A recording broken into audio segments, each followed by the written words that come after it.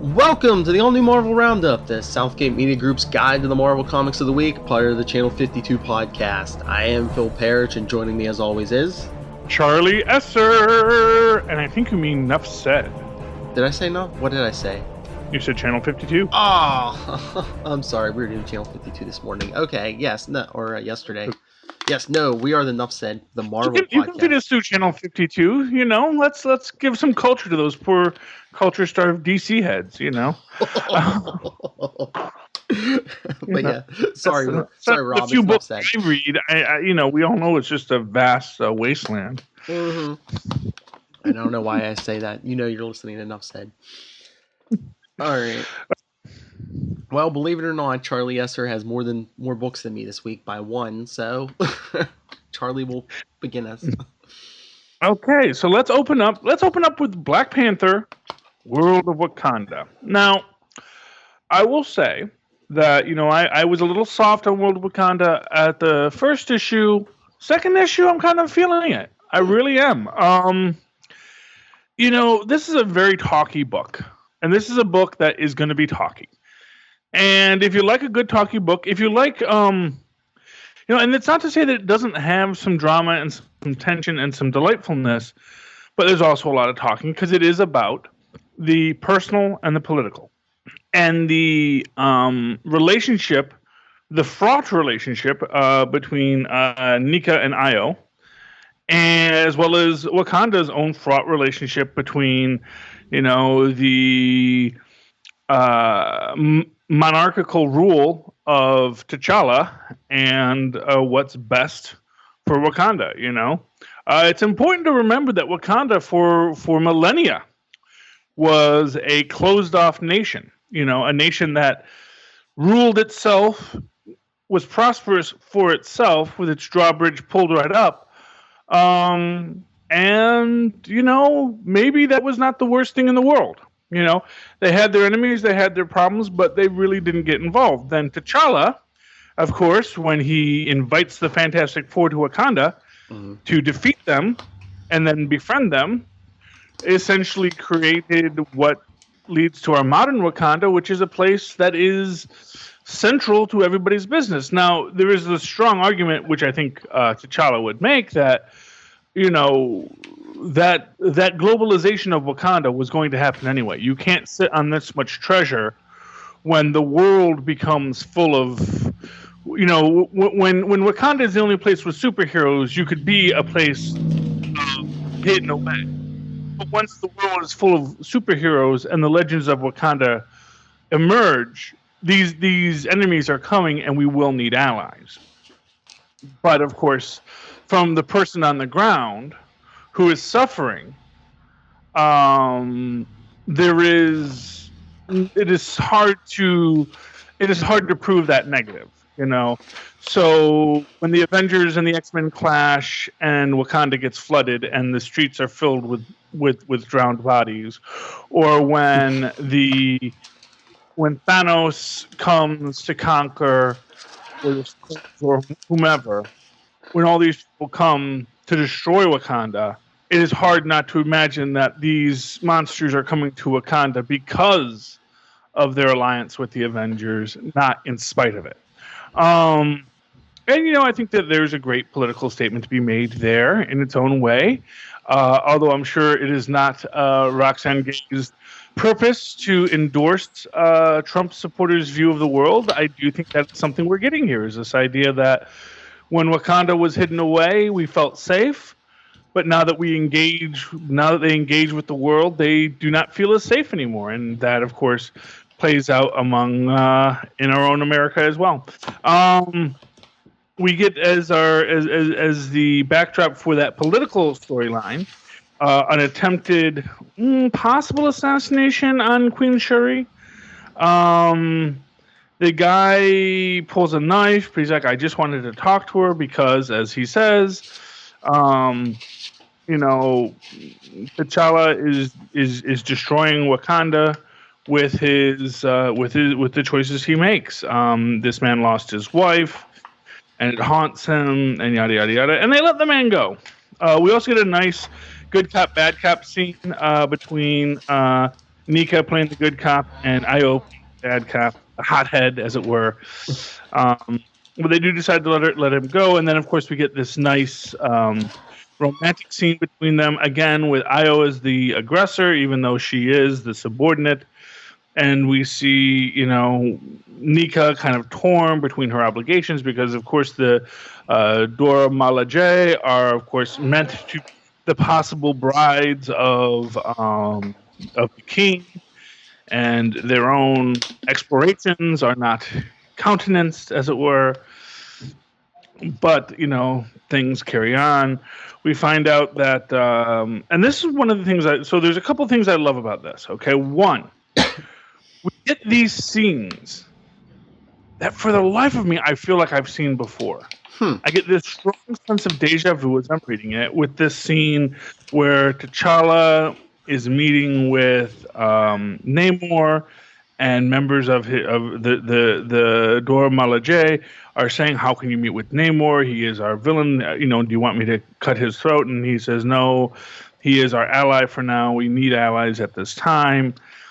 And you sort of get then her perspective, and it's like, I know I've seen this scene. I know I've seen these scenes of T'Challa and the Dora Milaje in the necropolis as they're coming to deal with what is and what has occurred. And I don't know where I read it. I don't know if I read it in Ta-Nehisi Coates' Black Panther, or if it was actually in another thing. And I kind of feel like it was before then. I kind of feel like these are old scenes that now I'm getting more context in, and that's wonderful, because it really feeds into me as an enjoyer of these games, or as an enjoyer of these books. And then what I also love is that there is this heavy use of thought bubbles, which, again, as I said the last time, there is this real kind of callback to these romance comics of the 50s and 60s, in which so much of the dialogue was thought bubbles, because it was what people were thinking as they're dealing with the emotions of this budding relationship. I think the biggest hurdle for Black Panther: World of Wakanda right now, as they're exploring both this personal and political evolution and discussion, is that it can very easily, one thing can overshadow the other to the other's detriment, so that you could wind up having the personal relationship become the dominant theme, subtracting from that political statement that we're exploring with the evolution of Wakandan society, and then vice versa. You can have that political conversation overshadow this really gripping personal love story. So, but right now in issue 2, I think they strike a very good balance, and we'll see how it goes in issue 3. But thumbs up, definitely. They're intriguing me with World of Wakanda. Definitely, even wrote them a letter. No, cool. All right, yes. Then I guess I will go to Star-Lord #1. Yeah, this was pretty interesting. It starts off with Peter Quill's in an apartment provided by Alpha Flight, just like hanging out, drinking beer, being all depressed. And that's when Abigail Brand shows up. She tells him he needs to get out, get off his butt. She's like, "Here, we gave you a cell phone. It's pre-programmed with like all your known associates on Earth." He opens up the phone. There's 2 numbers in it, Charlie. It's Kitty Pryde and Howard the Duck. Howard. So he calls Howard, and Howard says, "Hey, Star-Lord," he said, "still trapped in a world you never made?" And Star-Lord's like, "Yeah, finding it a little depressing, honestly. I was wondering if you wanted to go for a drink." And Howard says, "You find it depressing?" He says, "Try being trapped here as a duck instead of a bleeping hairless ape hunk." He says, "Boo bleeping who, Quill? Go out and visit an art gallery or something. Maybe someone will mistake you for a Greek sculpture and you'll get all the attention you crave. I'm busy. Bye." Howard is very unsympathetic. I would think he'd be more compassionate. Well, he's like, you're a human, you're amongst humans again. It's like, woo, boo-hoo. But this is his first time being amongst humans, When you think about it, he's a guy who's been out in the stars for so long. Mm-hmm. Being among humans, that's weird. So Peter takes Howard's advice and goes to an art gallery. And he's talking to an older woman about a Van Gogh painting, and then he notices Kitty's there with I guess it's a field trip for the students from X Haven. So she sees him, and she's like, Peter, what are you doing here? And one of the students is like, ooh, it's your boyfriend. And she's like, it's not my boyfriend. And so they start talking, and then she's like, wait, is that your gun? And he says, what, I'm not allowed to carry my element gun? And she's like, it's an art gallery. How'd you get, she's like, filled with children. How did you get past the metal detectors? And that's when he's saying about how it's an ultra dense chameleon fiber. And she's like, then she turns and walks away, and she goes, I have to go take care of actual children now. And he's like, what? He's like, I'm not a child. I just wanted to talk to a friend who I just happened to be engaged to at one point. He's like, I'm not being creepy. And then he hears, you know what, bub? You kind of are. There's old man Logan. And Peter old man Logan says, you know what, bub? You kind of are? Yeah. Yeah. And Peter said... Yeah, and old man Logan, he would know creepy. Yeah. And then Peter says, how did he get past the metal detectors? Comedy. So they're kind of getting in each other's faces. Peter's like, well, Logan, this is between me and Kitty, so you can back off. And Logan says, you're raising your voice to your ex-fiance in an art gallery in front of children while carrying a gun. You best keep walking. And that's when Kitty says, everything's crazy at the X mansion, and now isn't a good time. She can call him when things settle down, and he says, don't bother. I know when I'm being a nuisance. Aww. And then it's some kind of, looks like a diner out in space. 17 megaparsecs from Earth. We see Peter's half-sister, who would have been the ruler of Spartax if Peter hadn't have taken that role. Yeah, well, Peter, he doesn't always think ahead. Because some alien taunts her about it, and then she kind of kicks his butt and says she'll take her order to go. So I don't know if she's heading for Earth now. Yeah, well, she might have business there. Mm-hmm. So then they show Peter's walking the streets, and some guy, looks like he's homeless, comes up and asks him for some change, and he says, oh yeah, sure, best this stipend goes to you rather than back the brand. And the guy's like, thanks, man, I appreciate it. And he's like, oh, thanks, gotta go. And he runs away, and Peter says, oh my god, everyone hates me. And then he hears, it's not you, bub, it's me. And it's old man Logan again, and Peter's like, what are you doing? He's like, I got your message. He's like, I'm just gonna run down the clock on this dumb planet and be out of everyone's hair soon enough. And then he says, got no desire to knock you out. He says, although you going unconscious ain't entirely off the table, because Logan takes him to a bar to go drinking. So they're talking, and Logan says how he likes dingy bars, and Peter says, I shouldn't have blown up a kitty. I'm having a rough go. I'm on the outs with my pals. And Logan's like, I get it. He's like, this ain't my home either. I'm from a different time. He's like, a darker time. Now I'm trapped here in a place that has just enough to be familiar, but not enough to be home. He's like, just like you, so I get it. And Peter's like, yeah, I forgot you're from an alternate future. So they're talking, and Peter goes to the men's room. Logan sees something going down. The guy starts pulling a gun, so of course Logan cuts the guy's hand off to holding the gun. And Logan says, I was aiming for the gun, getting old, I guess. So oh my. Yeah, so Peter comes out of the men's room, and there's a big bar brawl going, and I hope someone gets that guy to the hospital. Yeah, I know. So they're yeah, but it was a good issue. It's a thumbs up for me. If you wonder where Logan went off to, he went off to his own dang book. Probably. Can't very well have him get arrested here and screw up every other story he's in. Yes.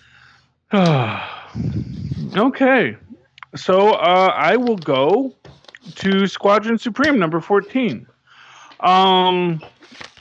This is neat. So we open up with Nighthawk basically storming the SHIELD helicarrier. Attacking the heck out of everybody and freeing Thundra and Blur. We see that Nighthawk is describing the vision that he had of him versus Hyperion and all of the death and destruction that would be in its wake.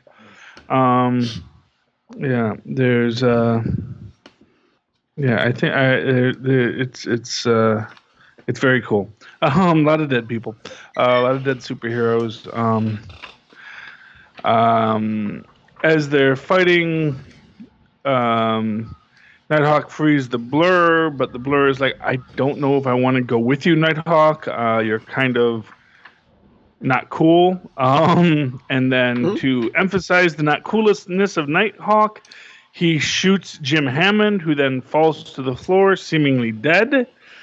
And Blur is like, what are you doing?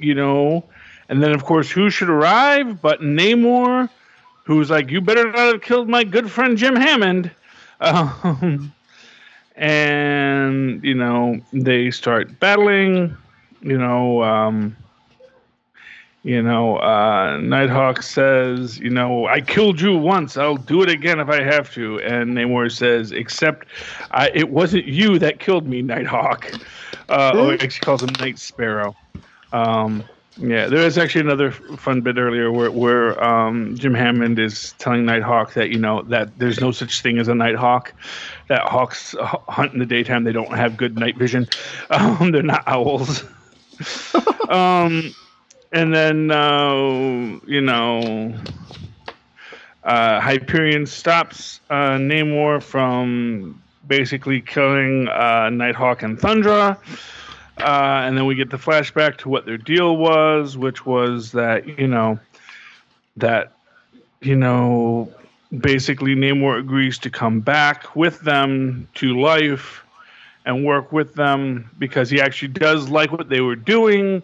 Even, aside from killing him, and says, if you can rebuild Atlantis, then sure, I'll go. The battle ensues. Namor basically tears the heck out of the Nighthawk plane. When everyone's like, let's get out of here, the Blur says, I'm not going. Killing Hammond was just too far for me. I can't do this. I can't be with you guys. And then Jim Hammond actually gets up, and then suddenly he can't use his flame powers anymore. He can't be the Human Torch. And he says, something's wrong. All of you stay back. And we basically get this idea that, Nighthawk, thought, because what he was trying to do was just incapacitate his powers, and he didn't think it would kill him. Now, it didn't wind up killing him, but it seems like it's having some very bad negative outcome here. And then Nighthawk attacks Namor and Hyperion because, of course, Hyperion is trying to get Nighthawk to not attack Namor because they're trying to fix things. But Nighthawk is a jerk. Not unlike Frankenstein. Thumbs up. A great book. Really enjoyed the Squadron Supreme. Always do. I like their depiction of Namor here. I like their depiction of Hyperion. And the jerkiness of Nighthawk definitely comes through. I like that Blur is conflicted. It's got a lot really great going for it. So big thumbs up there.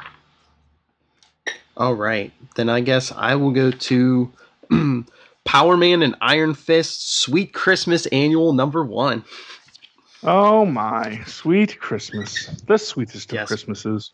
Very Christmassy. It actually starts off on Thanksgiving night. There's a reporter doing a report outside of a new toy store, Toyverse, and the biggest anticipated toy of the year is Schnuckies, an extension of the incredibly popular video game that has outpaced Pokemon Go. Mm-hmm. And she's talking with the creator, Gustav Silb, and he's telling her about the toys and how the store is going to be open 24/7 until Christmas. And the reporter's saying something about, some say your buying happiness is corrupting the meaning of the holidays. And he says, nonsense. We honor Christmas by also honoring all the holidays. And she says most stores only solely focus on Christmas, alienating other faiths. But here at Toyverse, we're inclusive of all faiths and all holidays because everyone matters. And saying he keeps pushing that the stores will be open 24/7 until Christmas. So, of course, 1 month later on Christmas Eve, Charlie, Luke Cage, Danny Rand, and Luke's daughter Danielle are in line for one of these toys. And because Danny's telling Luke all about the toy, and I guess Danielle wants one, and Luke has no idea really what they are, but Danny can even sing the theme song. And so Luke's like, I see, you didn't have a lot of toys in Kunlun, did you? And Danny says, I had a stick. It was kind of a toy. So they're in line for 30 minutes where Danielle falls asleep. They get in the store.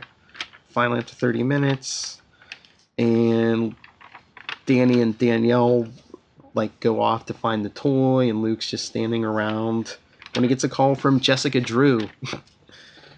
She's like, I can't get the baby to stop. Jessica can't get the baby to stop crying, so she shows up, and 2 seconds after Luke holds the baby, he stops crying. And Jessica's like, I suck at this. Now, was that Jessica Drew's baby? Yes. Yeah, that's the weird thing, because in all the other stories, especially in the Jessica Jones story, hasn't it seemed like Danielle Cage has been young?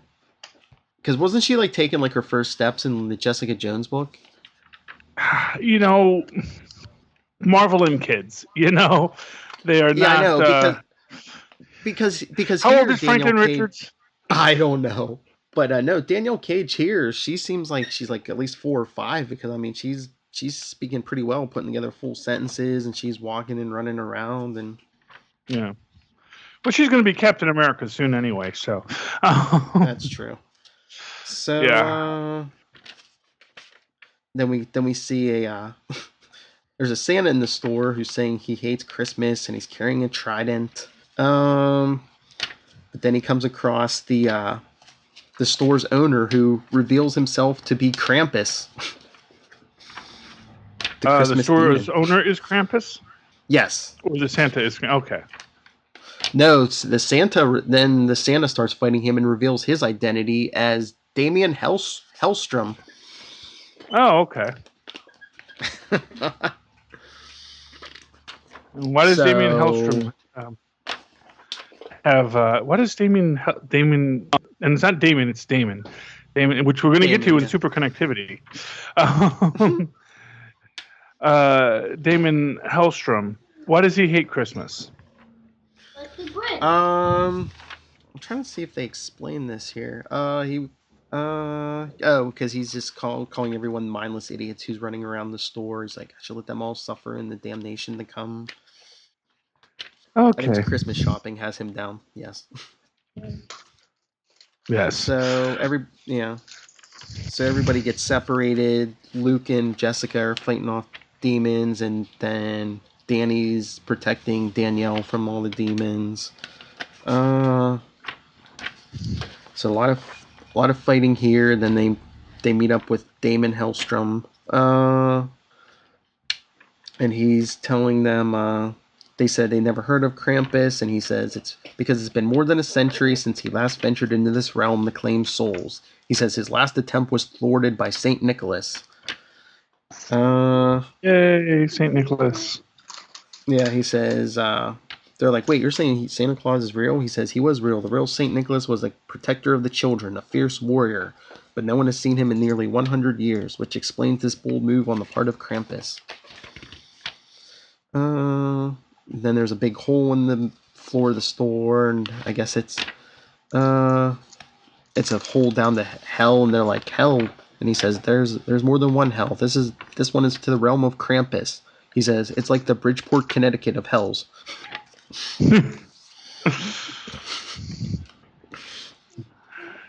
Just throwing a little shade at Bridgeport. So So they all decide that they have to go down and stop Krampus because they show the demons are like everywhere now because there's like panels of Miss Marvel, the Punisher, Doctor Strange, Deadpool, Medusa, and Spider-Man all fighting off these demons. It's like Inferno all over again. Yeah. For the miniseries that should have taken 8 whole issues was done in 1. And that is the miracle of Krampus Giving. And crossed over into every title. Yeah, there we go. So they go Inferno down, 2, fighting... Electric Boogaloo coming up. Yeah. So they go down and they're fighting Krampus and his demons, but it looks like they're going to be defeated until who shows up, Charlie? Santa Claus? St. Nicholas? Yes, St. Nicholas showed up, yes. He says, I'll take care of the Hellspawn. You defeat Krampus. So Power Man and Iron Fist are punching out Krampus, and once he takes out the other demons, St. Nicholas takes out Krampus. And Damon says to St. Nicholas, "You've been gone so long." And he says, "No, not gone." He's like, "I've been watching and waiting for the day I knew would come, the return of Krampus. And I needed to be sure that Krampus thought I'd moved on, that he had false confidence."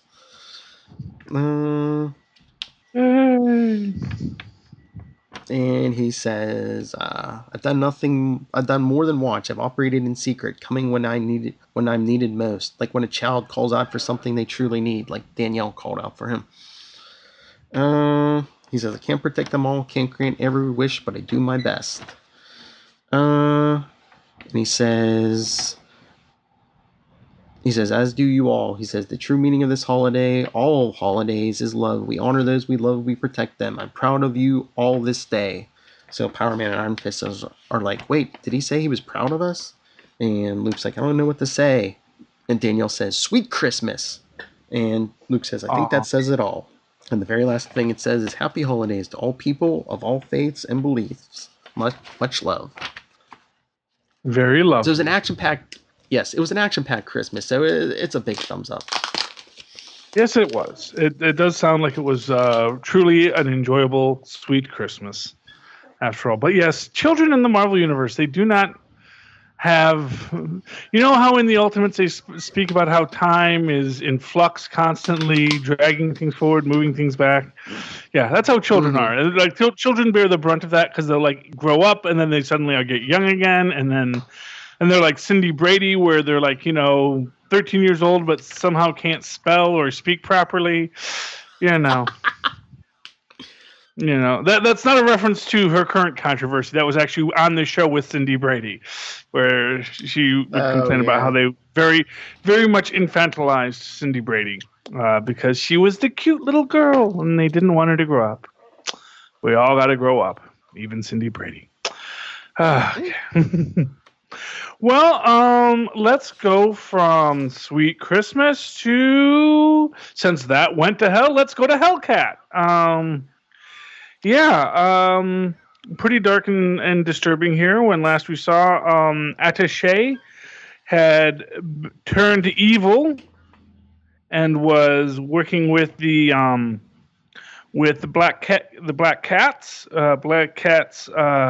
team of evil teenage girls, and we realize that there is some sort of magical mind control because Patsy's magic senses tingling. The Hellcats start throwing knives at people and actually gets Patsy in the shoulder pretty bad. We then see them captured by Attaché and thrown into her little pocketbook dimension. And we see Teleka Ian apparently bringing lanterns back. We see Jubilee kind of feeding on Hellcat's blood, but they agree that she's going to keep it under control. They figure out that, the only way out is when she opens the bag. Maybe since the two of them are flyers, they can actually fly out. We realize that essentially Black Cat has stolen this claw from the museum exhibit that has some sort of mind control abilities. And when they go back to Patsy's office, they run into Tom. Black Cat is interested in Tom, but Tom is like, yeah, you're not my type. Because, of course, Tom is gay. But Hellcat has magic claws, and she swipes at him. We realize that Tom is now under the mind control, but we realize that Zoe, who was the Black Cat who started this whole mess with the other Black Cats, has found a way to break the mind control and will tell the secret to Patsy Walker next issue. Bum bum bum. A good book as always.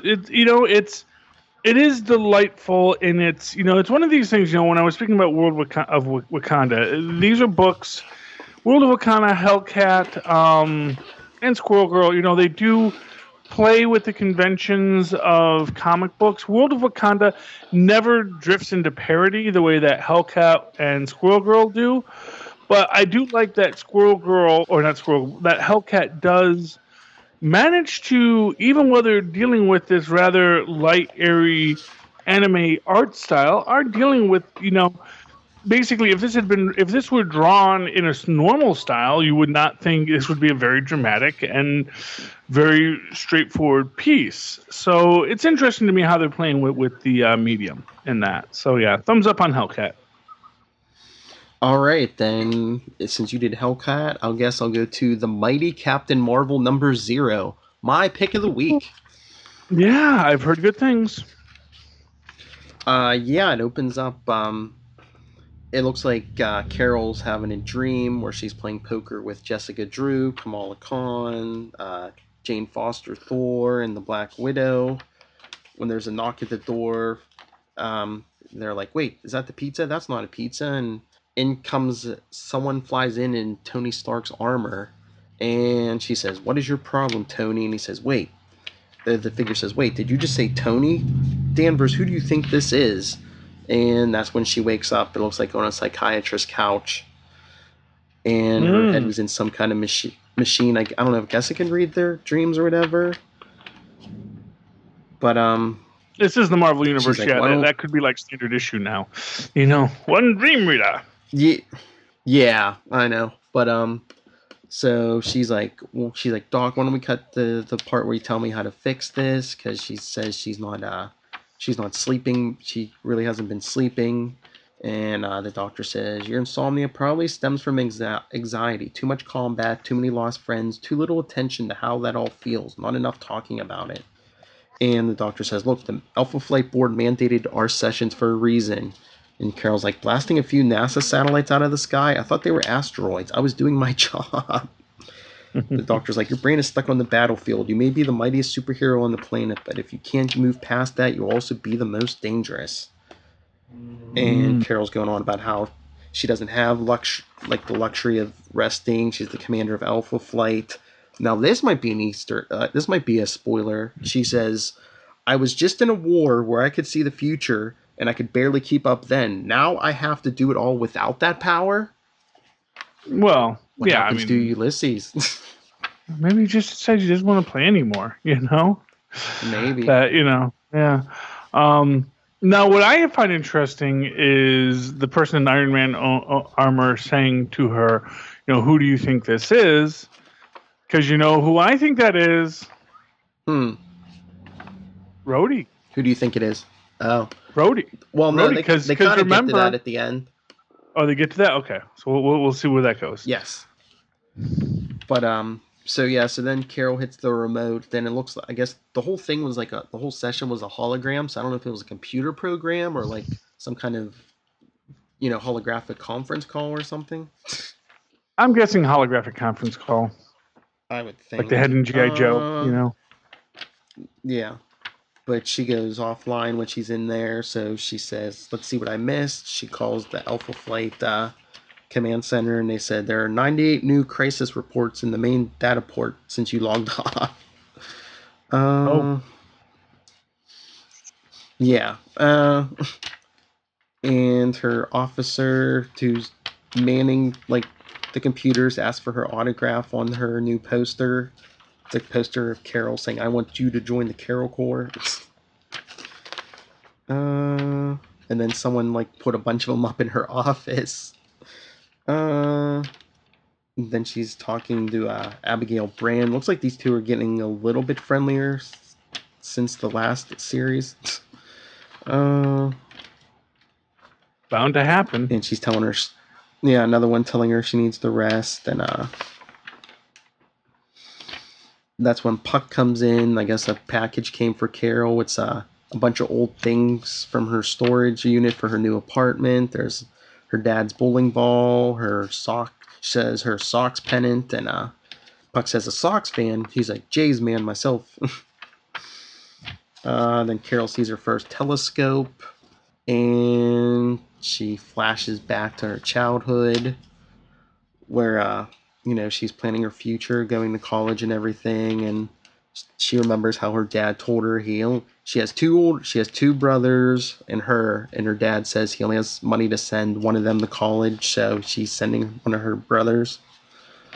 And she says, "Well, what am I supposed to do?" He's like, because she wants to be an astronaut. He's like, settle down, find yourself a nice astronaut to marry. So next thing she goes, "It's a lonely thing when the people you love don't know who you are." She goes, "I gave up on Pops and enlisted in the Air Force the very next day." So it worked out best for her. Yep. So she thinks about her career in the Air Force, and then NASA, and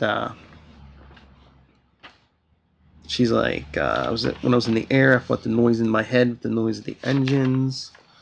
And then she remembers the accident. So what happened that night when I stumbled across my future? In a single moment, I inherited the powers of a planet and a people I had never known. I became stronger and faster. I flew higher and burned brighter. She says, what had I found? People see what they want to see. To the NSA, it's an anomalous artifact. To the Kree, it's a psych magnetron. To others, it is a mirari, a thing of wonder, a source of marvels. Maybe to Pops, it would be my astronaut husband. The truth is, I don't care what you call it. I don't care if it found me or if I found it. I don't even care why. All I know is I went to lose myself in the stars, but instead, that's where I found myself. My true self, all of me, Carol Danvers and Captain Marvel. That's when the alarms go off, and there's a fleet of ships heading their way, so Carol goes out to take care of them, but that's when she realizes they're alien refugees. So while they're setting up like a displaced alien refugee camp on Earth, Carol goes to see Jessica Drew. I guess I don't know. They're having a fight about something, but they kind of make up here. They call themselves Kirk and Spock. Which one's Kirk? Which one's Spock? Who said they're Spock? It's kind of hard to tell. Oh, I think Jessica Drew is Spock, and I think Carol was Kirk. Okay, that makes sense. But yeah, so the alien refugee camp set up, and some hooded figure shows up and stalking and says, "Bounty located. The Hala child is inside. I can feel it." But I guess Carol's trying to go back to sleep at the end of the issue, because on the last page, Charlie, she's in the dream again, and we see the figure in the Iron Man armor who attacks Carol. It's Carol Danvers. Oh, okay. Because she sees her own face. She sees her own face. She goes, "Not the Jedi in the Dagobah cave again, the Dagobah cave thing." And she says, "Yes, the Jedi in the Dagobah cave thing." But yes, very good issue. Big thumbs up. I wasn't sure how I'd feel about this series, but yeah, this one was my pick of the week. Oh, very good then. Sounds awesome. See, I would have thought it would have been Rhodey because, of course, Rhodey is still alive. Always remember that. So the person that died, that was the clone. Because the actual Rhodey, he's just in cold storage with his freaking cybernetic body that Tony just put in storage because he said, "Whoa, what does it matter? Your brain's over here." You know, it's like, Tony, we'll get to that in Invincible Iron Man. Well, since you did your pick, I think I'll do my pick, which was Venom #2. This is a really good book. You know, it apparently, so among other things, so we open up with Lee, who is the new host of the symbiote, former Special Forces, all that kind of stuff. Going up to Black Cat's office to bring her whatever it was she was buying when the deal went south.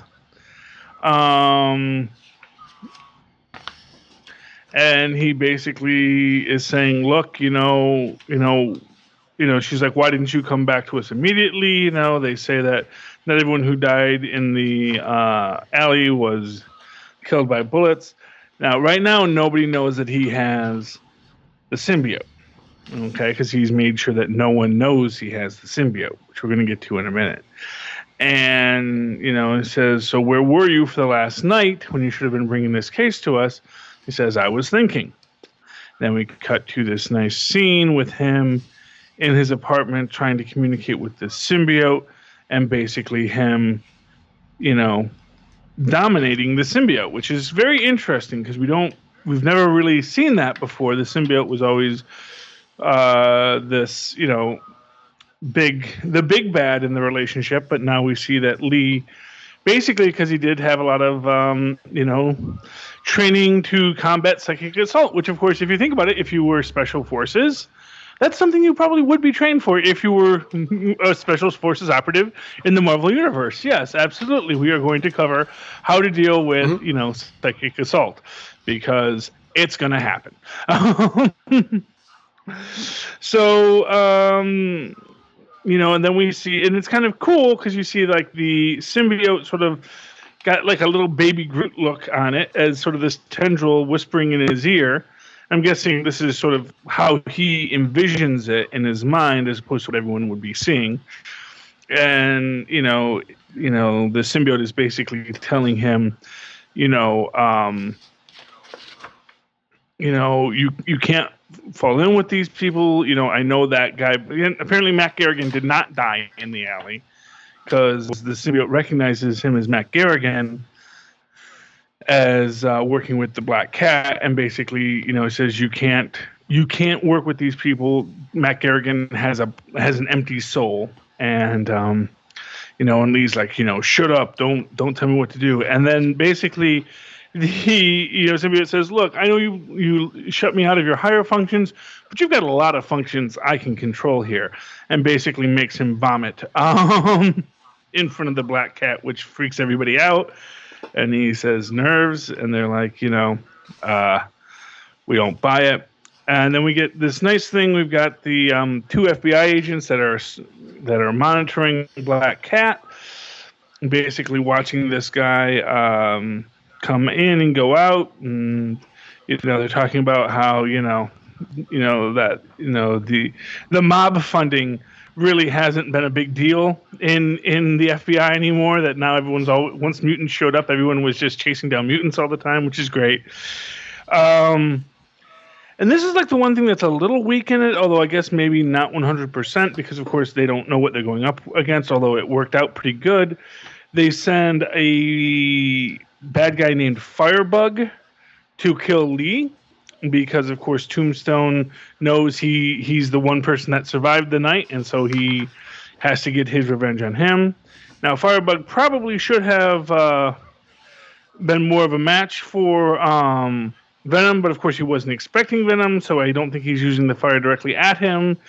And we see that basically, Venom and Lee are a little bit more working in tandem as they try to kill Firebug, smashing him out of the window and whatnot. But then We see again what happens when you are the federal agents who are monitoring supervillains now.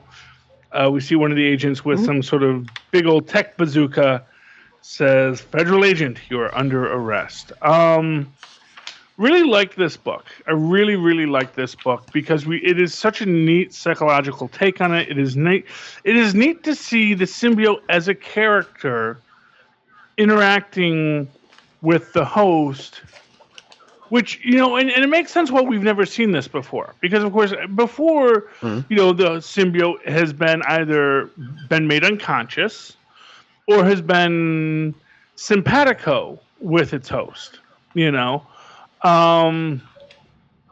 or utterly dominating of its host, where it's feeding its own aggressions and whatnot.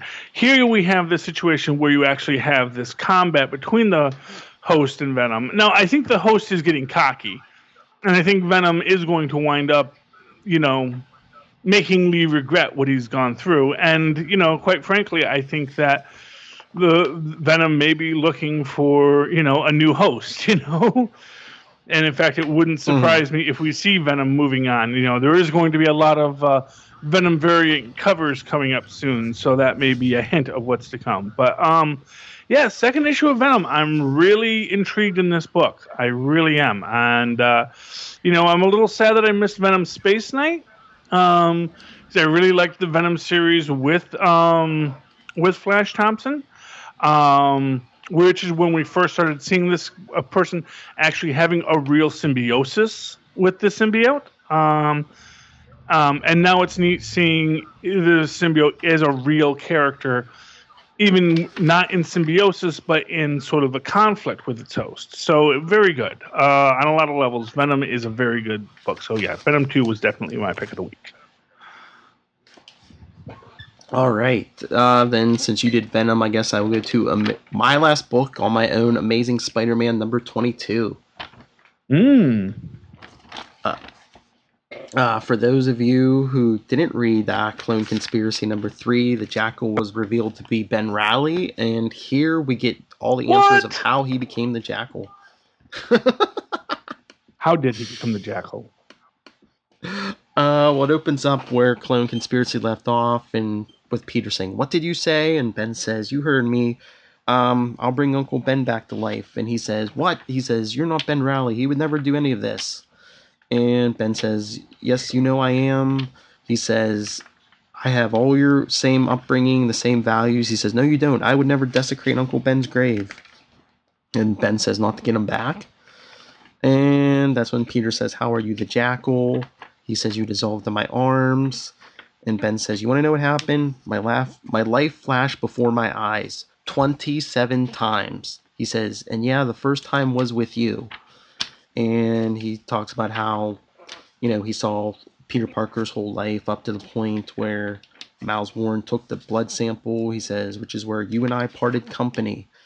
And that's when he saw the rest of his life as the clone, traveling the country and then coming back as the Scarlet Spider. And then thinking he was the real Peter Parker for a while. He says, "I guess I finally felt like I was entitled, and I felt like I'd built a real life for myself, which was why I was willing to give mine up for you." And then he says when he died and he felt himself dissolving like all the clones do, he realized everything was a lie. He's like, the only good part was it was over, except it never is. And we see Miles Warren taking samples of his dissolved body.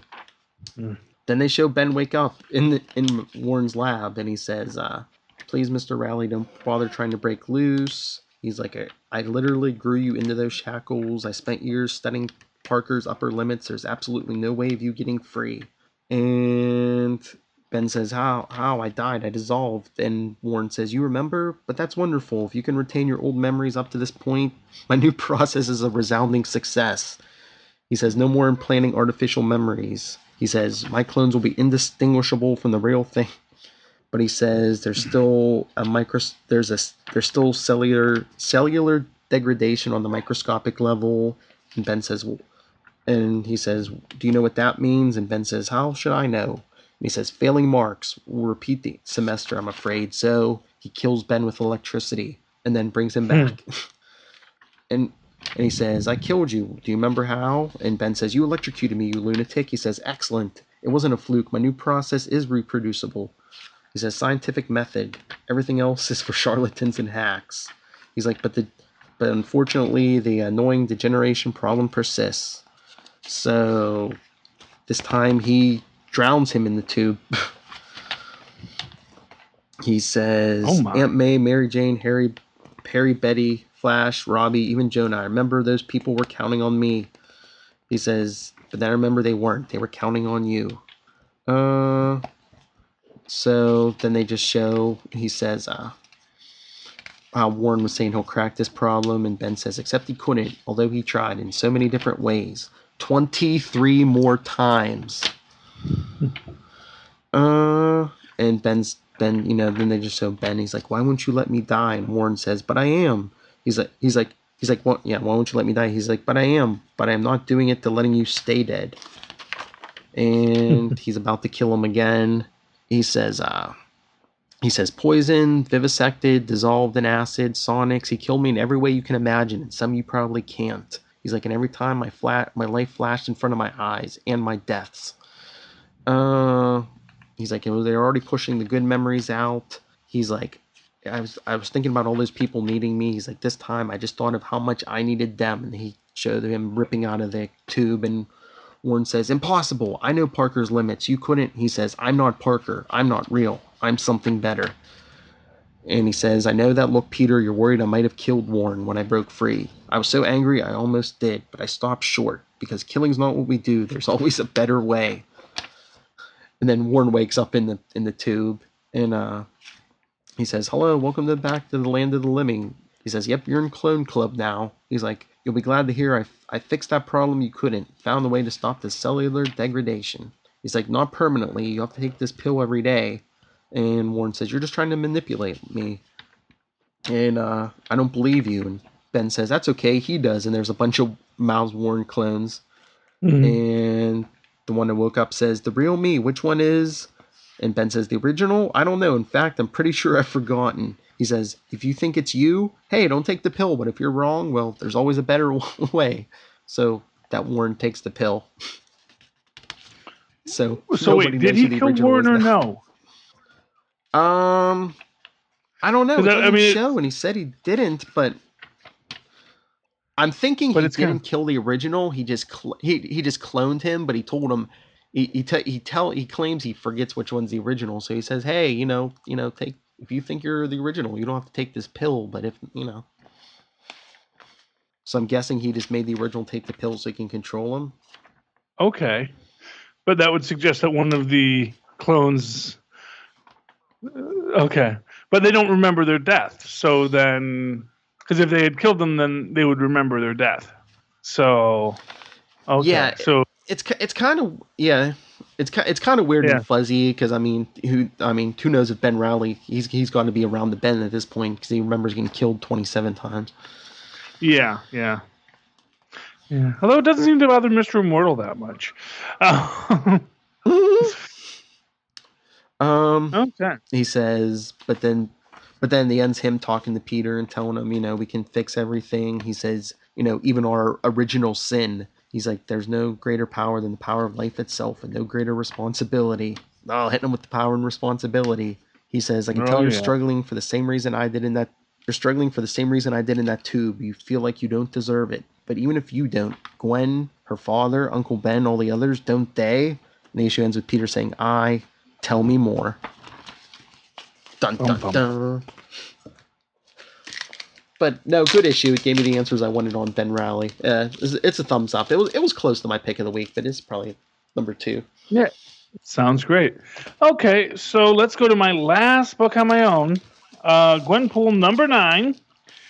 The Unbelievable Gwenpool, where we get the secret origin of Vincent and a classic Spider-Man villain. We finally get his secret origin. Spoiler, he wasn't an alien. Okay, at least not that we know of yet. So we go to decades ago. We see a robot coming online and going beep, beep. And you see a voice say, you're operational, excellent. And we see the skeletal Doombot. And we see Dr. Doom says, I, Dr. Victor Von Doom, welcome you into a glorious existence, for you are a child of Doom.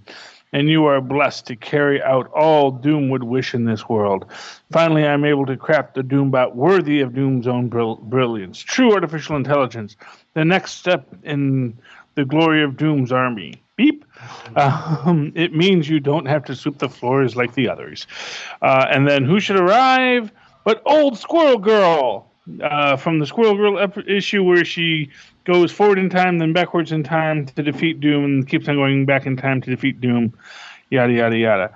There's a nice little voiceover from Gwenpool here, which is an alternate future version of an old lady Squirrel Girl fighting a shared past Dr. Doom. You cannot convince me we're not living in a comic book.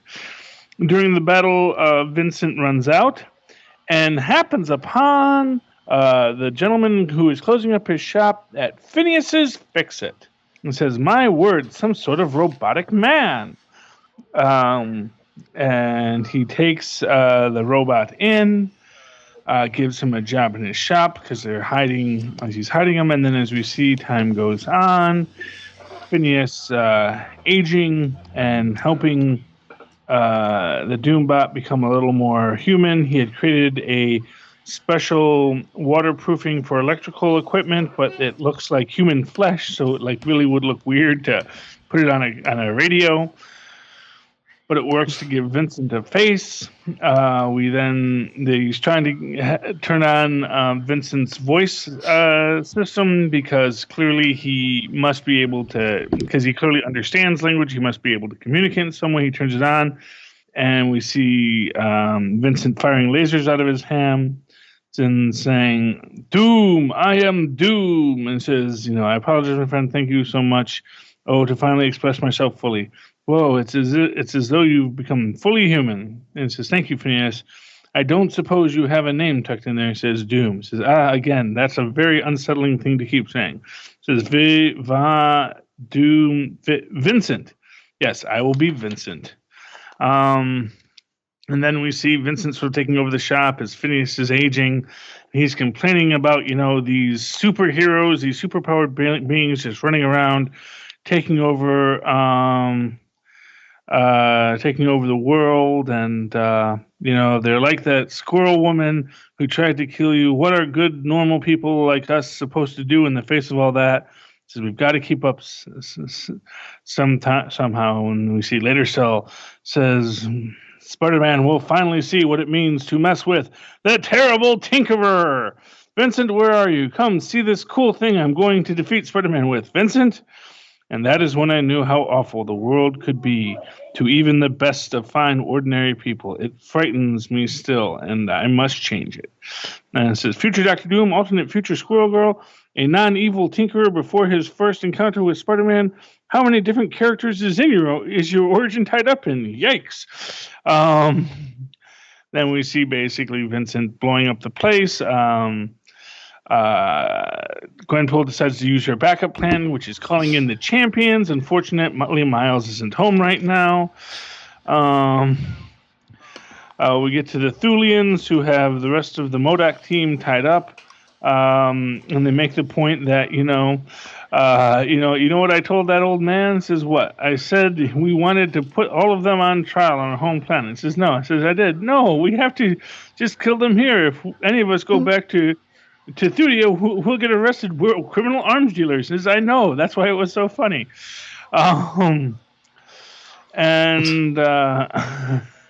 Basically a female pool, and she says, what's your name? And he says, it's Officer Gray. He says, great, Officer Gray. You are now no longer an extra to me.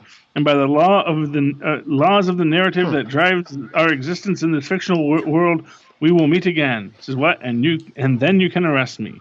He's coming this way. Look out. They tell him to freeze and put his laser hands down. And Vincent says, we are not enemies, officer. I am just trying to stop Ms. Poole. And says, you're an evil robot and you've turned this place into a war zone. It says, an evil robot? Never. How'd Where's Poole? And she drives off in her cop car and says, this car is maybe too useful. Says, stop flying, you're under arrest. This is officers. Let's de-escalate the situation. I'll help by completely leaving it. And then he flies away. To which one of the officers says, we really need jetpacks out here. I keep saying. Meanwhile, back at the office, Gwenpool is commiserating with Cecil. You know, how are they going to defeat Vincent? You know, just the two of them. You know, a ghost who can't hack his robots because they are guarded against ghosts, and her who is not really that good at being a superhero. But then she sees someone who looks like the guy she killed in the first episode, and says, and he says, who are you? What are you doing here? And why are you wearing the outfit of that guy pushed into the fire? Says, you're Gwenpool, right? One of the top agents. Says, top agents? Yeah, you know, the ones MODOK sends on all the missions. Where is MODOK, by the way? Our last paycheck is late, and just because he's not sending us out doesn't mean we're off payroll. And then she realizes they go back, and she finds out there's a whole crew of MODOK agents that she previously, too, was unaware of were hanging out in the thing. Next issue, we see all of the MODOK agents dressed as Gwenpools marching to her psychotic beat. So yes, Gwenpool, as always, it's a fun book. It is just such a great way, you know. It is, and it's a fascinating thing when you make this idea that things are fictional, which we know they are, and so by the laws of the narrative, you know, we will meet again, and you can arrest me then. And it's such a perfect thing to say, and something that we all know that's actually pretty accurate. So yeah, Gwenpool, once again, big thumbs up as always. Which I believe brings us to our books together, correct, Phil? Yes, we have quite a few. We have, yeah, man, it's not over yet, kids. Buckle up. We got 5. You want to start? You want to pick one and start? Sure. I'll do Occupy Avengers number 2. Okay, Occupy Avengers. This was another good. Yeah, another good book. All Marvel makes is good books, at least the ones we read.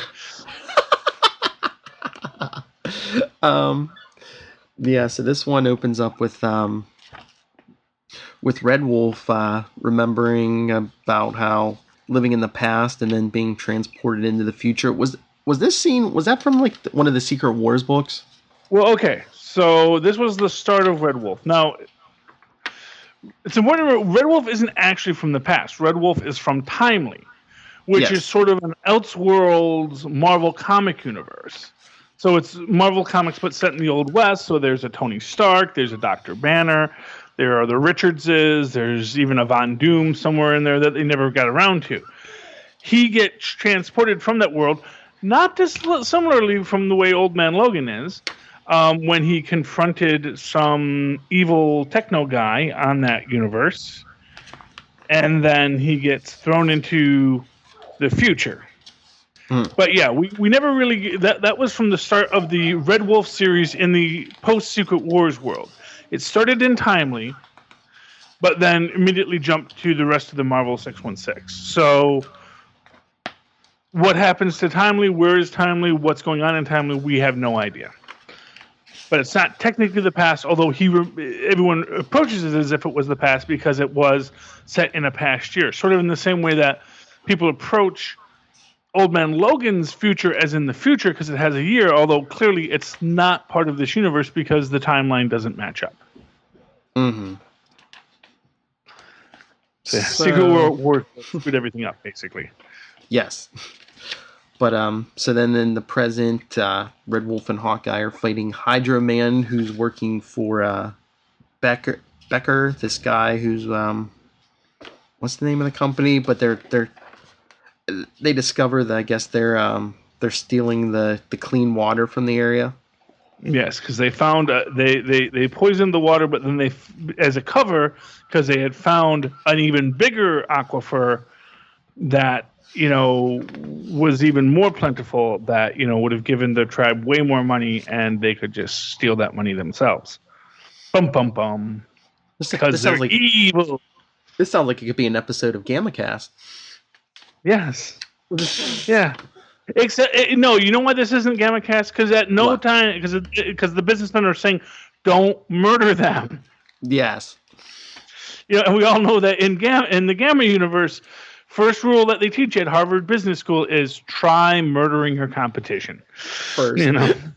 Yes, that should always be your go-to, because you're going to wind up there anyway. You're always, because every time you try to do anything other than murder, people resist. It's like, I guess I have to murder you now. So just cut to the quick, save time, save money, make things easier. Go murder somebody. But then there you go. Hawkeye and Red Wolf are aided by Silas and Frank Fireheart, which I wonder if they're related to Thomas Fireheart, who was the Spider-Man villain Puma, or is Fireheart like the Smith of the Native American? Well, by the laws, as Gwenpool said, by the laws of the narrative, no, they will be shown to be related to Puma in some way.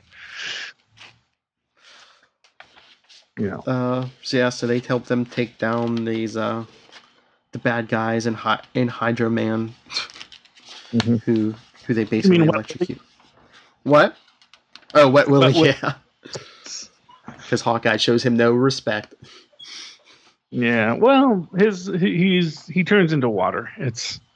He's basically he's basically Zan, and Zan actually had a great deal of power, but no one ever respected him. Although I always remember the episode where Zan turns into an ice giant, and I think every kid who saw that said, "Zan, why don't you turn into an ice giant every time?" Yes. There's my son getting his water. So no one respects Wet Willie. And of course, he's fairly easy to take out, apparently, because, you just electrocute him. And why that doesn't electrocute everybody who's standing in his water, I don't know, but apparently so. And I got the guy with the nunchucks, do you think he actually knows how to use nunchucks, or do you think he's just spinning the nunchucks? Oh, you think he just wants to look tough? Well, that's what I wonder, because you see he's going thwacka, thwacka, thwacka with it, and it's like, it's an interesting question, because you can't tell, are they posers, or are they, real tough guys, They clearly think they're tough guys, but at the same time, you go like, He took a couple classes at the Y. I don't know.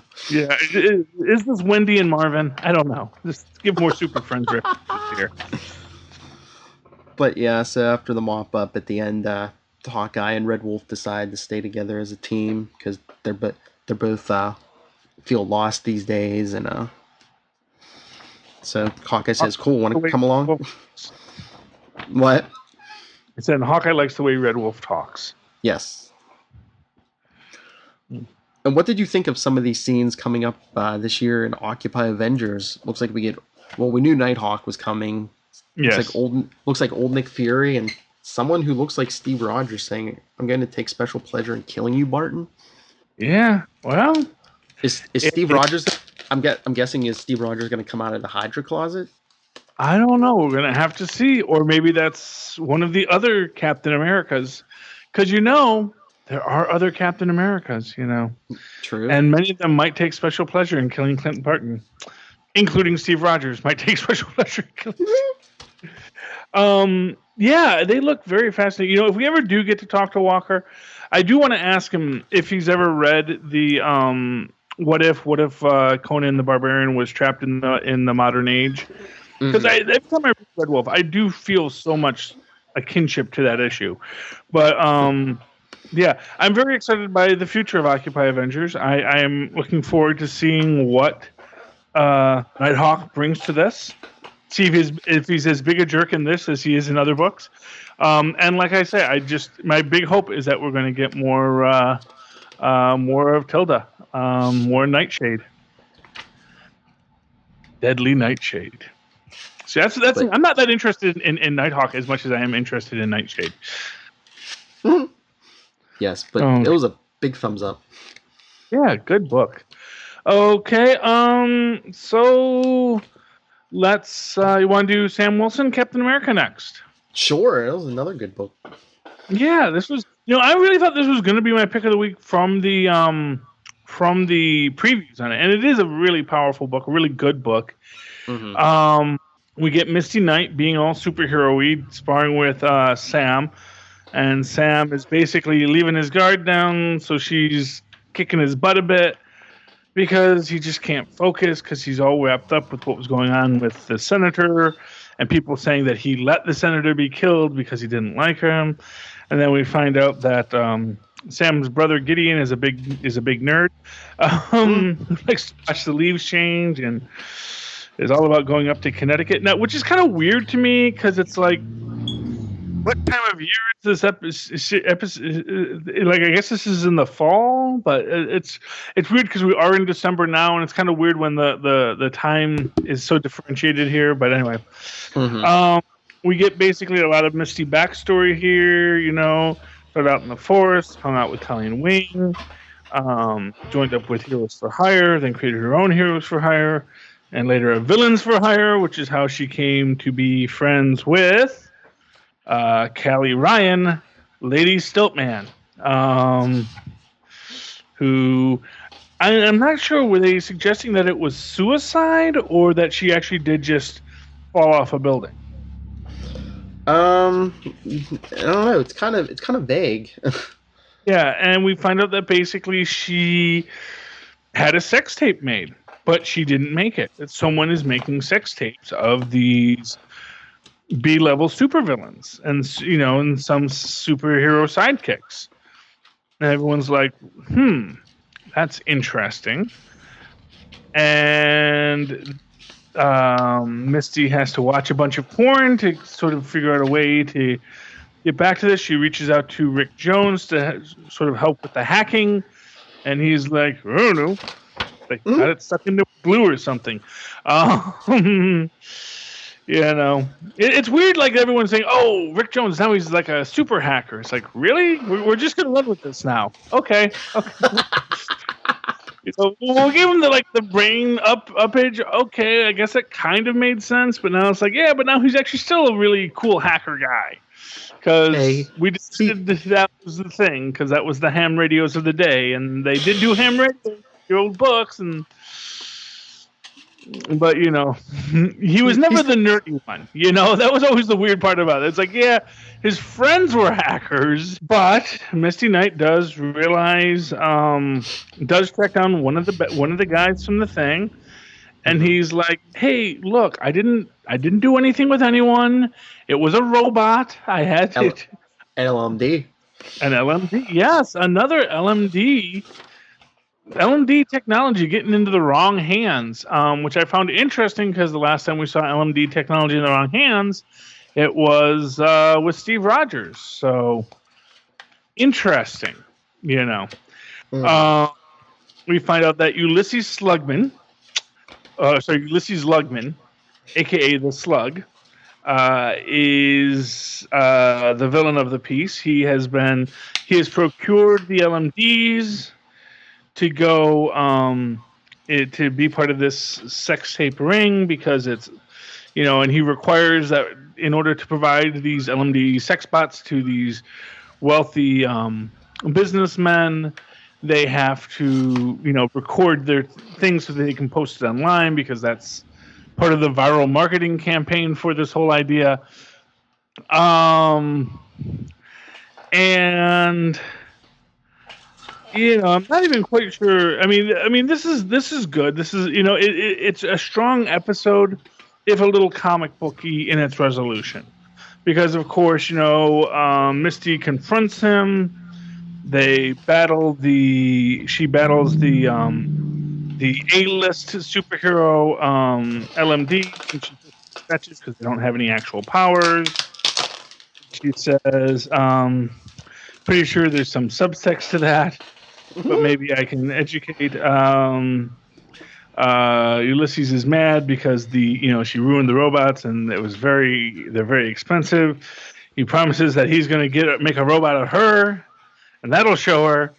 And then she throws the shield, knocking out his rocket tuffet, I guess.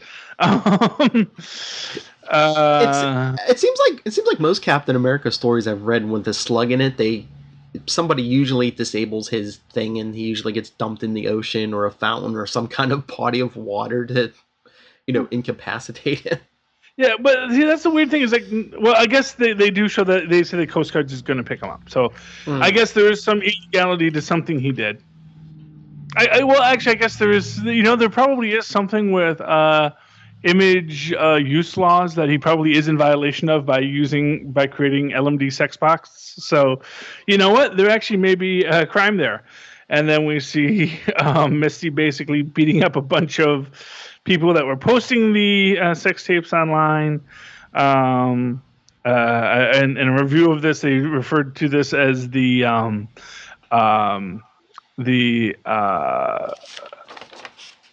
Jay and Silent Bob Strike Back final scene. Oh yeah. Yeah, and we see her come back to Sam, and they get all happy, sexy time, and that was that. It was definitely a good book. Like I said, I do, like you say, they do. See, here's my, I love whenever the Slug shows up, but I always want to see, Jack Monroe when he shows up. Yes. It's like the Slug without Jack Monroe. It just never feels right to me. Even though they probably only fought like once, but to me that's like that's what I want. I want the Slug against Jack Monroe. Yeah, but thumbs up on Captain America. Very good book. And what would you like to go to next, Phil? You want to discuss Invincible Iron Man #2? Sure. With that jerk Tony Stark. Or the artificial intelligence. I think it's Tony Stark. Yeah, they went all Swamp Thing on this, And you know what? The thing that I think they are going to have to deal with and render in this idea is, with it saying he's Tony Stark, it's like, you're not Tony Stark, You're a robot that thinks you're Tony Stark. That doesn't make you Tony Stark, And it's true, because he's not Tony Stark. He's, you don't upload your essence. You just make a copy and put it online. Now, of course, he could say, well, not for nothing, but the copy that you knew of Tony Stark, that was just a copy of my brain too, Yes. But it gets into that question of, you're copying these brains. What about the original brains? And, where is Rhodey's original body? Where is Rhodey's cyborg body? We need that answered. Phil, don't tell me you're not wondering about that now that I brought it up. Oh no, I'm wondering. And Civil War 2:8 comes out next week. I wonder if they're going to show us where they put Tony Stark's body. Yeah, well, we're going to have to find out. Okay. So how does this open up, Phil? So basically, I mean, even though it's a computer program, this artificial intelligence, it still has Tony Stark's arrogance. It basically runs all the other Iron Man suits, and Riri's training is for her to fight off all the suits. Because she says, isn't this technically child abuse? And he says, not training you would be child abuse. And, I mean, that story is basically... Yeah, her trying to fight off the suits and him saying, your suit's not, he tells her, your suit's not that great. And she's like, I haven't had the resources you have. But she eventually defeats him and all the suits by uploading a computer virus. Yeah. But of course, yeah. But, that whole fight, that's sort of the backdrop. I mean, the real crux of the story is all of her flashback. Yeah, like the first flashback is her and her friend Nat, in the garage talking about how Riri never saw the Little Mermaid. Or wait, no, Nat never saw the Little Mermaid. Nat, yeah, okay. Riri saw the Little Mermaid. Yeah, okay, yeah, it was Nat who never saw it. Yeah, okay. And she never will. Yeah, and Riri, which is kind of sad. What? That she'll never see it. She'll never see the Little Mermaid. Well, like you said, that's the crux of the story, because then we get the flashback to when Nat and is it Riri's stepfather or father? Because I know they said that was her mother's second husband. Yeah, I think it is her father because Okay. he was the person there. Well, I mean, I guess it's possible that she had another husband who died, and then she married him. Yeah, so yeah, it's hard to say. It's hard to say. But that was the father that was there when she was assessed as a super genius, you know. Mm-hmm. So regardless, I'm sure he was the primary father that she knew. Whether he was technically step or whether he was biological, he was the father she knew. Yeah. So they deal this, and then that flashback is her and her mother at the hospital dealing with their deaths, and then the other one is one of the police detectives asking her and her mom questions, like, did you see anything, and yada yada, and Riri's just like, why was it not me, why was it, she says right here, why is it my stepdad and not my mom? Oh yeah, so yeah, it is her stepdad. So yes. We haven't found out who her original father was. Bum bum bum. Would be as not as exciting as Tony Stark's parents. Yeah, no, it's Nathaniel Richards. That's your answer for all of them. Yeah, well, he's our time traveling sex fiend.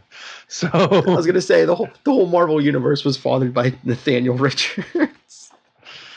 I pretty much expect that to be the case. But we also can see that this sort of turns out to be sort of her inspiration to become a superhero. The idea that,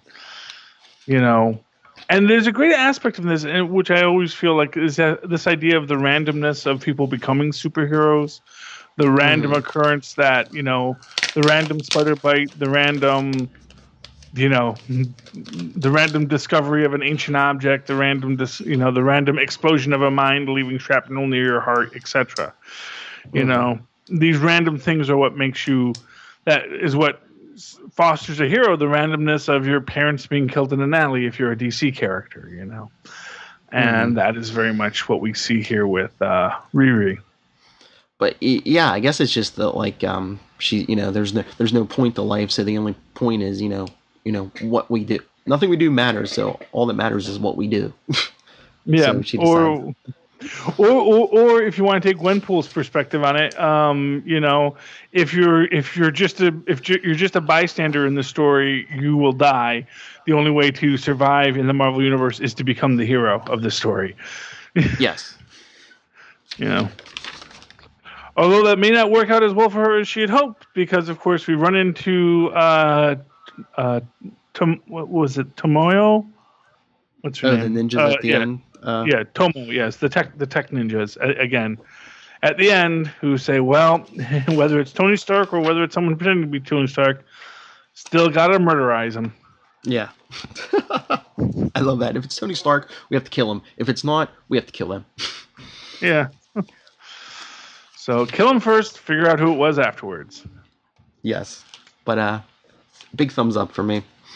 Yeah, it was a good book. So, for our next book, do you want to do Doctor Strange or Ultimates? What's your pick? What do you want? Which one do you like to do? Whatever you want to do. I'd actually like to do Doctor Strange. Okay. Because I really liked the orb in this. Mm-hmm. For those who may or may not recall, at the end of last issue, the orb, who is now driving a taxi, picked up Doctor Strange and is taking him to a location in the woods of someplace where it's snowing, even though it doesn't seem to be snowing anywhere else in the Marvel Universe after that moment. There it's snowing. Marvel Universe has weird weather patterns. I don't know. I guess global warming and random gamma bomb explosions have really screwed up the atmosphere. But this guy is being murdered by the people whose life savings he had stole. And then we see the orb, just say, he comes up with the lights on him, and everyone wants to run, and he says, "Oh, sorry, don't mind us. We just wanted a better view." They all run out, and the orb says, I stole the Watcher's eye, and now I am the Watcher. I see all, and just like the Watcher, I can never interfere. Although sometimes you have to give it a little push. And after the guys run away, he goes and murders the guy, knocking him into the grave that they were digging for him. We catch up with Wong and Zelda in the Phantom Eagle's Phantom Plane as they are flying through the city, and then we see the orb basically driving his, I guess, power cosmic infused taxi onto the side of a building as he walks on the side of the building to peep into someone's window and says, "Hey, buddy, you're right about your neighbors. They all think you're a creep. None of them like you. You should show them what kind of a man you really are by killing them all."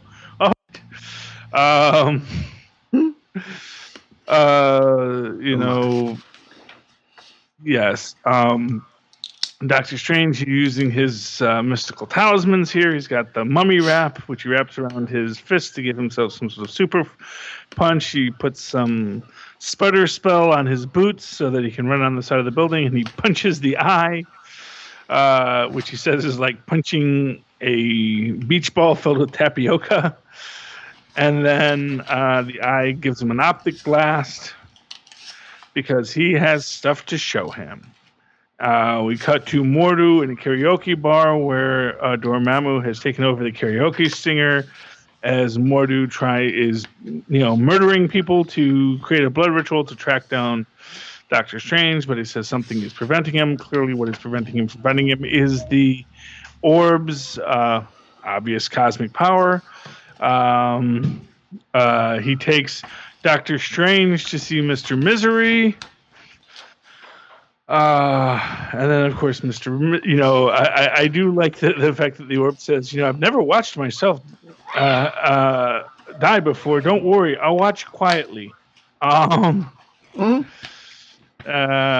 Misery says, I wasn't ready to kill you, Doctor. I wasn't done making the world suffer at your expense, but if you're going to keep insisting... and then, of course, the Phantom Flyer shows up to shoot them and almost kill the Doctor, too. Doctor Strange punches Mr. Misery. Doesn't seem to have much effect, but then Mordu shows up. And they all want to murder him, and then he says, Mordu says, your friends keep getting weirder, Stephen. He's not my friend. He's just another... Says, you're all wrong. None of you deserve to kill him. His suffering belongs to me. His suffering made me. And he says, you all want to kill me? Congratulations. You all get your chance. I'm tired of being your dang pinata. I don't care who's first. Just give me a face to punch now. And then all of a sudden, the ground opens up. And he says, I take it back. Quick, one of you kill me. And the dread Dormammu arrives on this dimensional plane to kill Doctor Strange himself, since no one else is doing it. You want something done right, as Thanos says, I guess you have to do it yourself. Big thumbs up for me on Doctor Strange. What did you think? Oh yeah, big thumbs up. Yeah, just to everyone thrown at Doctor Strange at once. I'm just waiting to see what happens when how's he gonna defeat Dormammu when his powers are like basically he's been depowered a bunch. Yeah, well, I'm sure he's gonna figure out something. Because, as far as I know, they're not ending the series next issue. Oh no. Yeah, so wouldn't that be wacky? Which brings us to our final book. Yes, kids, it's almost over. Our final book for the week. Ultimates 2, number 2. What'd you think, Phil? It was really interesting. I really wanted to hear your thoughts on this. It's basically Galactus wants, as the Lifebringer now, wants to bring the team back together, but he's been brought in front of the Living Tribunal by Master Order and Lord Chaos. Yes, which is a very interesting bit. And one of the things, so we open up as it's snowing in space. And there's this thing here. Blue Marvel is drinking from his world's greatest dad coffee mug on Tao, and this answers so many questions. First off, which of his children? The one he sent to the beyond, the one who vowed to destroy him, or his daughter, gave him the world's greatest dad coffee mug. Because, I mean, even the daughter who, like, as far as we know, hasn't been, condemned to a universe of chaos yet, seems to, even she might say, world's greatest, But then it makes me, well, they're on Ta too. Maybe that's Galactus's mug. Maybe there is a story where Galactus has a daughter in the Marvel universe. There is a daughter of Galactus out there, so maybe she got it for him. And then how does he feel about Blue Marvel using his mug? I don't know. Anyway, they're looking out at space, and it seems to be snowing in space, which really shouldn't be that weird because there is water vapor in space. It can form crystals, so snow is not an impossibility. But then we see Connor Sims and Galactus being brought before the living tribunal by Lord Chaos and Master Order, and they're basically saying, Galactus is violating the order of things, yada, yada, yada. Then we cut to Carol Danvers. And Gyrich is back. He's got his old job back. Good for Gyrich. See, I told you Gyrich would land on his feet. Gyrich has been around the block. He's not going anywhere. And we see that basically we get a flashback of Carol talking with the Ultimates, how she doesn't want to do it, but if they ever call on her, she will be there. And then we get her being called upon, and then her and T'Challa say, "Yes, actually, I too must leave suddenly because I have engagements I forgot to mention." And then we see Philip Nelson Voight giving them the side eye, like, "You both have to leave suddenly." Okay, and this is the interesting part. Blue Marvel uses his powers to get these snowflakes to coalesce, and as it turns out, they're not snowflakes. They're nothingness.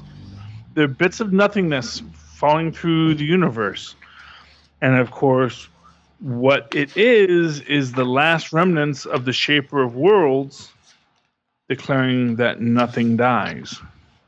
And we see the Blue Marvel basically create a snow globe in which the Shaper of Worlds spirit exists, and it says, I gave up my substance, my power, myself to remake a single universe through my own Herald Golden Glorian and through the dreams of Norn Rad and Dawn Greenwood.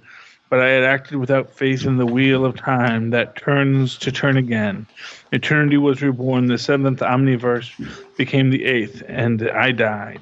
Betrayed by Glorian, gold and good, I fell to oblivion, and in a single moment, that was all moments, the moment the wheel turned, I saw what lay beyond. I learned the secret of the one who is one and more. I saw the others. And then, what I think is the important point, he says, and if nothing dies, then they are still. Find him, and warn him. Bum, bum, bum. Says, the message wasn't for us, right? The Shaper's ghost didn't come for the Ultimates. It came to haunt Ta-2. It came for Galactus. This is the Living Tribunal now. I have heard the arguments as presented. I judge them irrelevant. Proceed as you are. Says, but your honor, the balance. And he says, a new balance for a new cosmos. What was is over. What will be has yet to become. Until more is known, I can set no precedent. The powers will form and fall as they will.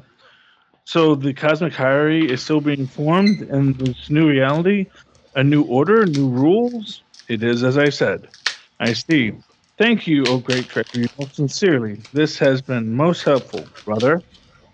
Kill him, and basically, chaos and order destroy the living tribunal. Mhm. Oh, that ain't gonna end well.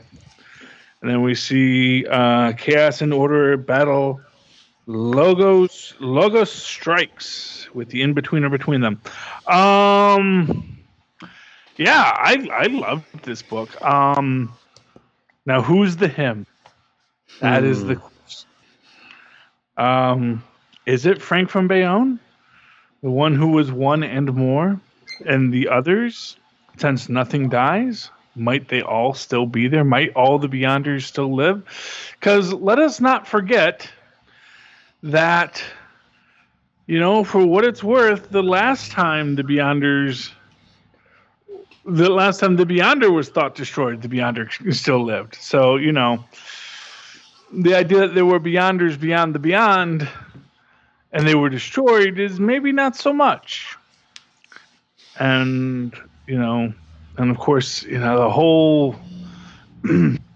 Michigas of Owen Reese. It is interesting. It is a big old question mark. And I, for one, welcome our new Beyond Overlords. I thought you were going to say Order of Chaos. Oh, yeah. Well, our new... I, for one, welcome Master Order and Lord Chaos, or Lord Chaos and Master Order, or K-Order. The one being, Lady K-Order. That's what's coming up next. And we still don't know who approached Thanos in the cell, so there's much to occur. Very, very much to occur. And is that whom freed Thanos? Or perhaps that was Glorian. So many questions, Phil. So many questions. And as yet, no answers. But a big Galactus-sized thumbs up. Yes, absolutely. Galactus, the giver of gifts. A happy pants giving to us all. All right, and that was your oversized all-new Marvel Roundup. Keep getting bigger. What? They keep getting bigger as the year ends. Right. Expanding like the multiverse. But if you would like to share your reviews or thoughts or theories with us, you can email us marvelroundup@gmail.com. Facebook is facebook.com/allnewmarvelroundup. Our Twitter is @Marvel_Roundup. And Instagram, check us out, Marvel Roundup, for all your meme needs. And Charlie, where can people find you? Well, you can always write to me in that old-fashioned email way that we are Maz and Paz did last century, and even this century, still to this day, at superconnectivityblog@gmail.com. That's superconnectivityblog, all one word, @gmail.com. And, of course, you can listen to me and Phil once again on the Superconnectivity podcast later this week, from which my email gets its name. And, of course, if you like to do the Twittering, as the modern hip kids do... I'm a hip kid. There's one right now. Yes, that's okay, Benjamin. That's my son, right, Benjamin, and he is a hip kid. But you can follow me on Twitter as I live tweet Legends of Tomorrow, Agents of S.H.I.E.L.D., and the Incredible Hulk Saturdays at 7 o'clock on MeTV for the Gamma Cast on the 80s Reboot Overdrive Network. At Charlie Esser, that's CharlieESSER. Look for the 2 E's in the middle for quality. All right, and as always, you can always get a hold of me, nightwingpdp@gmail.com, and on Twitter, I am @nightwingpdp. And remember to check me and even Charlie out and all our friends on the Legends of DC podcast. Check out the Before the Bad podcast, and check out the aforementioned Channel 52 podcast. It's a thing. That's right. So, any final thoughts, Charlie? Yeah, I just drove 11 and a half hours from Newark to Canton, Michigan to see my family. I got about 3 hours sleep this morning. And I saw cats. And my son saw cats here at my sister's house. So my thoughts are few and far between. But I would like to say Merry Christmas, Happy Kwanzaa, Joyous Noel, and Happy New Year to everyone who's listening to this podcast. Because when you hear it, it will actually be well within the Kwanzaa celebration, as well as the various 12 days of Christmas. All right, and to close out, I will just agree with Mr. Esser and say happy holidays to all, no matter how you celebrate, and a sweet Christmas. Good night.